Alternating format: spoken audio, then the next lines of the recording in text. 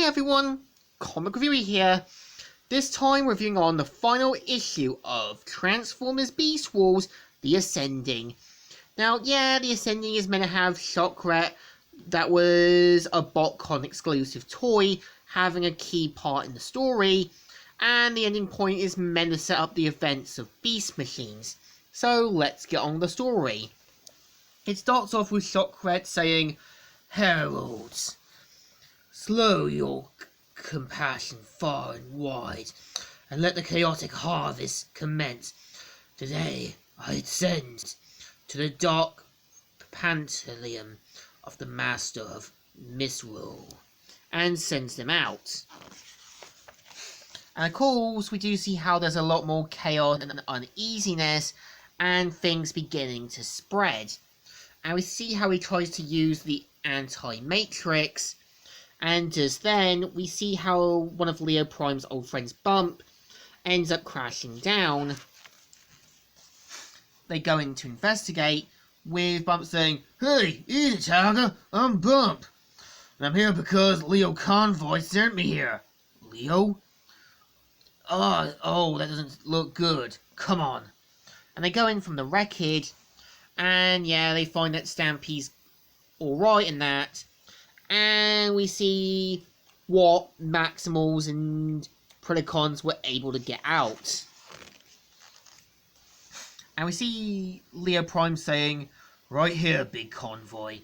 I'm suddenly glad to see you right now. Likewise, old friend."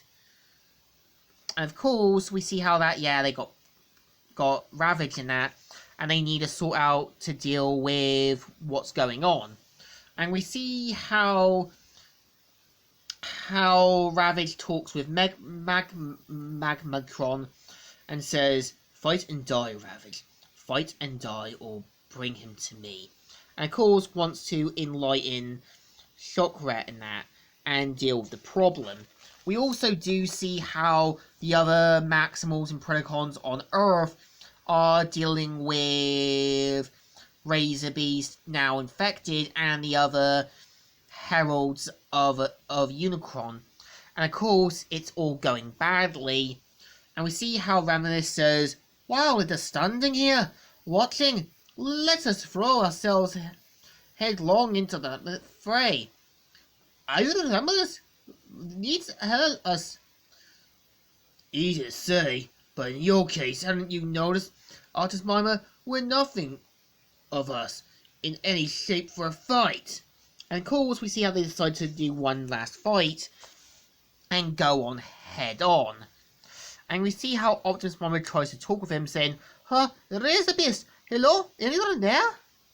And of course, we see also on Cybertron what remains of the Predacons and Maximals that did come with Leo Prime decides to come. And we see how Ravage and Grimlock have a not too friendly reunion. And we see how they decide to carry on to the fight. And we see Shockret saying, "It begins." And of course, tries to kind of activate the chaos of Unicron. We see how the Flyers shut to deal with the problem. We see how some of them end up getting blown up. And we see how Big Convoy and the others deal with the more ground attacks. And we see how Stampede and Beak turn into their weaponry and shoot down Shockret, and sends his heralds to help him in that. And we see how Shockret manages to blast down some of the other Maximals and Predacons, and Grimlock saying, "Reminds me of the good old days." And we see how, Shockret's followers end up killing more Maximals and Predacons, and some of them try to hold them down and such. And of course, we see how Snarl and even the other Snarl getting ready to go in clock mold. And we see how Shockret says, "I don't have time for this. Hellscream, Agony, Max B, Threshold, Hardhead, kill them all!" And we see how, more Predacons and Maximals end up getting killed off. And we see how Power Pink says, "We did it! We beat them all! I feel power on a pinch. One battle may have ended, and one for another to begin.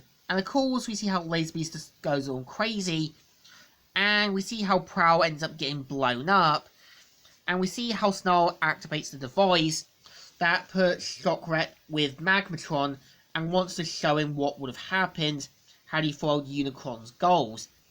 And we see how Agony, Hellscream and that decide to leave, but of course they end up getting blown up by Ravage. And as soon as he shows Shockret what happens, he's horrified at what he's done, rips the Matrix out, and after this, returns back. And pretty much, they've managed to prevent the war and that, as well as some of the Maximals and Predacons still on prehistoric Earth. And we see how Bump decides to mass produce the sort of serum to help stop the effects of the Agalizis. And we decide that they're going to rebuild in that until Megatron in his Transmetal form returns, setting up the events for Beast Machines. And this is the story. So I think issue 4, not great, but kind of alright as a final.